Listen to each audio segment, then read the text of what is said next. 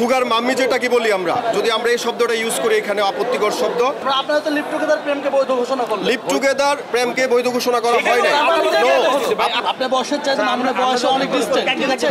সেক্ষেত্রে এই যে মামুনকে অনেকেই বলছে মামুনকে আপনি বিভিন্ন ট্র্যাপে ফেলে আপনার কাছে রেখেছেন এবং এই মামলাও সেটার একটা প্রক্রিয়া, এটা কি বলবেন আপনি? আমি বলতে চাই যে এই আমার যতটা বয়স সেটা তো আসলে সবাই জানে, এটা মামুনের পরিবার সবাই জানে, যেহেতু তারা এত বছর থেকে আছে। হ্যাঁ, তো এই প্রশ্নটা এত বছর পরে তাদের মনে কেন আসছে, তারা ট্যাপ কেন হবে?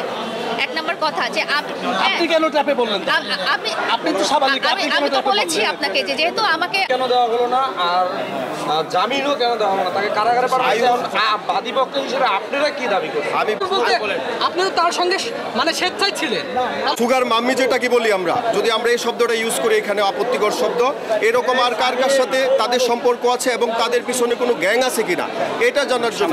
কিন্তু বিজ্ঞ আদালত এই আয়ুষ সাহেবের বক্তব্য এবং আমরা বাদী আমাদের আইনজীবীদের বক্তব্য শুনে আসামিকে জিজ্ঞেস করেছে, আব্দুল্লাহ আল মামুন, প্রিন্স মামুনকে জিজ্ঞেস করেছে আপনারা কি একসাথে ছিলেন?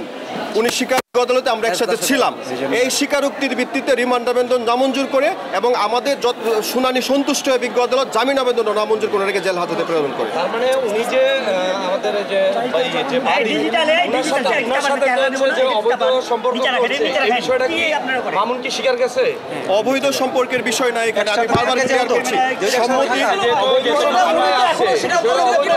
আমি বলি প্রেমের সম্পর্ক, আপনি বলেন এটা বৈধ।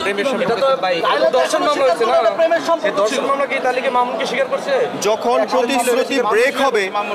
প্রতিশ্রুতি ব্রেক হবে সেখান থেকে কজ অফ অ্যাকশন এরাইজ হচ্ছে দর্শন মামলার, এটা হচ্ছে ফ্যাক্টর। এবং বিজ্ঞ আদালতে মামুন স্বীকার করেছে তারা একসাথে ছিল। আপনারা তো লিভ টুগেদার প্রেমকে বৈধ ঘোষণা করলেন। লিভ টুগেদার প্রেমকে বৈধ ঘোষণা করা হয় না।